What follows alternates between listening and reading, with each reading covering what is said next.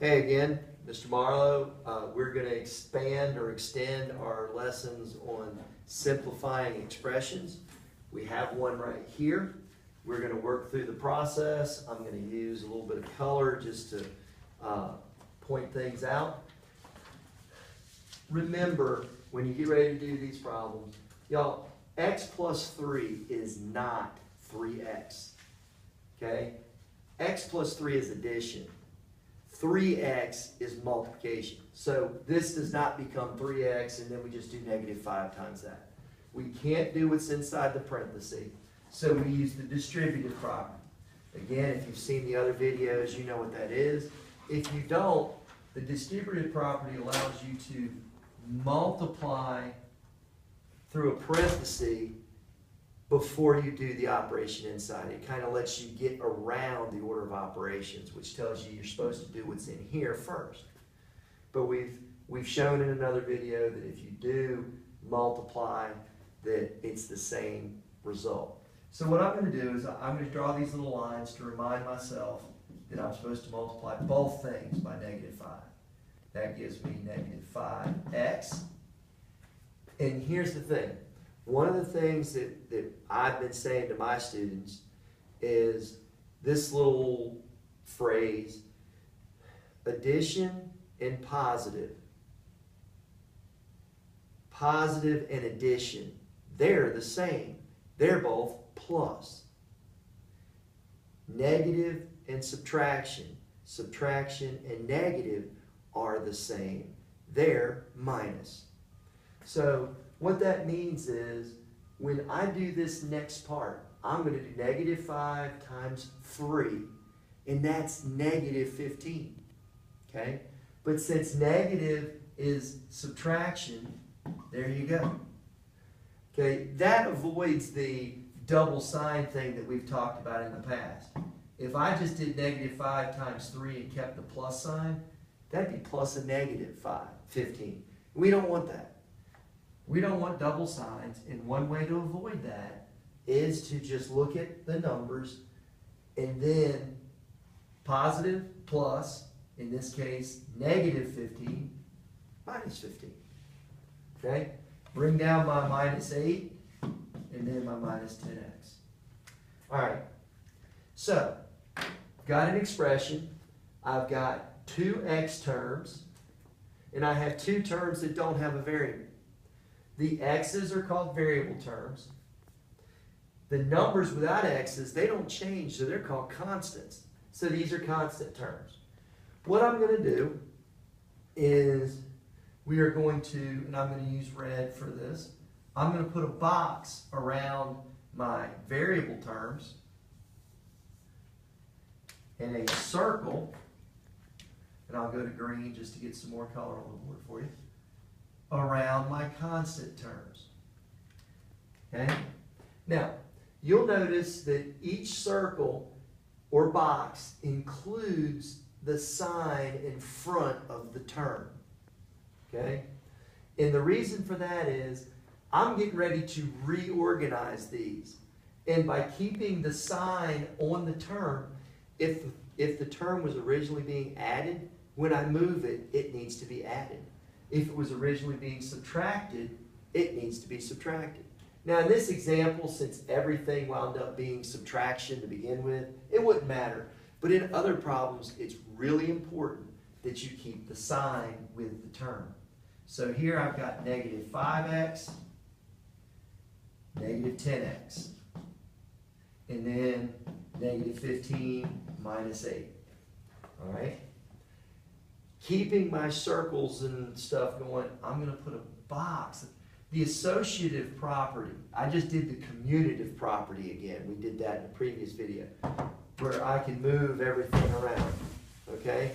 So the commutative property let me do the moving.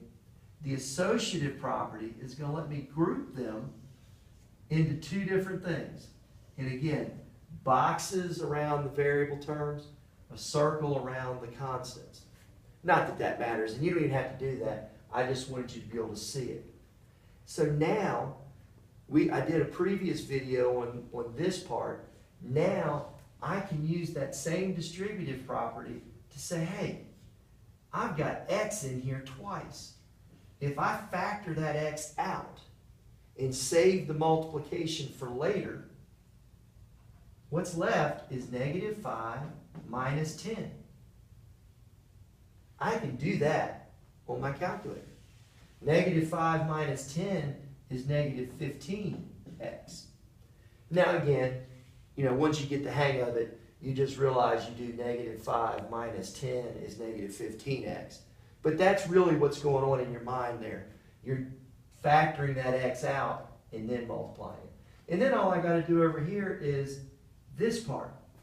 Most people make this mistake. They do 15 minus 8 equals 7. And then they try to bring it down as plus or minus 7. But it's not 15 minus 8. It's minus 15 minus 8. And that is negative 23. So how do I bring this back to this? How do I join these things back together after I split them up? Well, negative is subtraction, and they're both minus. So there you go. So once again, back to the beginning. We did the distributive property to take care of the parentheses. Identified my terms. Regrouped them, making sure the signs followed. And then I combined my x's, combined my constants, and then I put them back together using negative and subtraction. Okay, let's do one more, and then we'll wrap up this session. Obviously, you can rewind and see that worked out.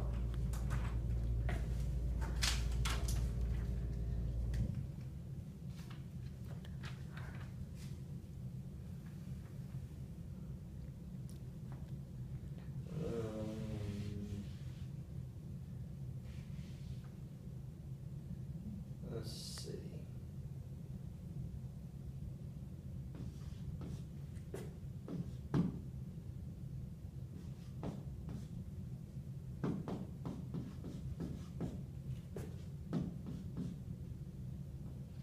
Okay.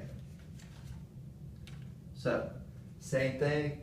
7 minus x, I don't know. I can't call it negative 7x or 7x because that makes it multiplication. So we're going to do the distributive property. It's not going to be 2x, that's later. This is 14. 2 times minus x is minus 2x, plus 14x minus 11. Okay. Again, we're going to put a box around my variable terms. Okay? It's very important that you get the sign in there. And then I will circle my constants. And now moving. Now I have my students move the variables to the front. So minus 2x, it becomes a negative. It was minus, it becomes negative in the front.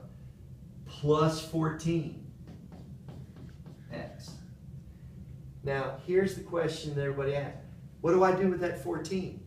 Well, that 14 is positive, and positive is plus 14.